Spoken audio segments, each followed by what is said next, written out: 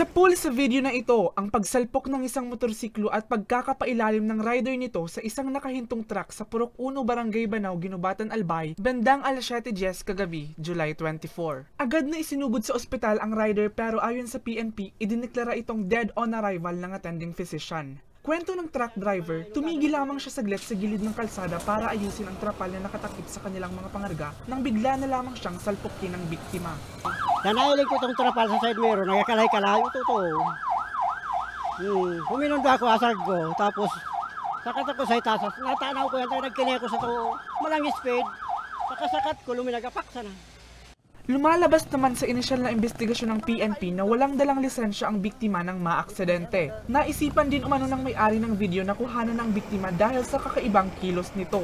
Bali po yung sa driver po ng motor po ay mayroon po siyang dokumento sa motor niya, pero po hindi ko po na-recover yung yung license niya doon sa pangyayari.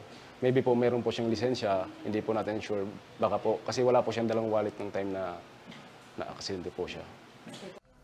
Kwento naman ng ina ng biktima, susunduin daw sana ng kanyang bunsong anak ang live-in partner nito na nagtatrabaho sa isang mall sa Legazpi. Hindi na lamang daw akalain na mauuwi ito sa aksidente. Ang hirap baga dun kasi kung nagsasakay siya dun sa sa van, minsan nagtitrip cutting. Nahihirapan siya kaya sinusundo yun. Hindi na daw magsasampa pa ng kaso sa truck driver ang naiwang pamilya pero hiling na matulungan sila sa gastusin sa burol. Parang sa akin, tulungan na lang ito mailibing na maayos, kung anong help na maitutulong, gano'n na lang. Wala naman tayo magagawa na.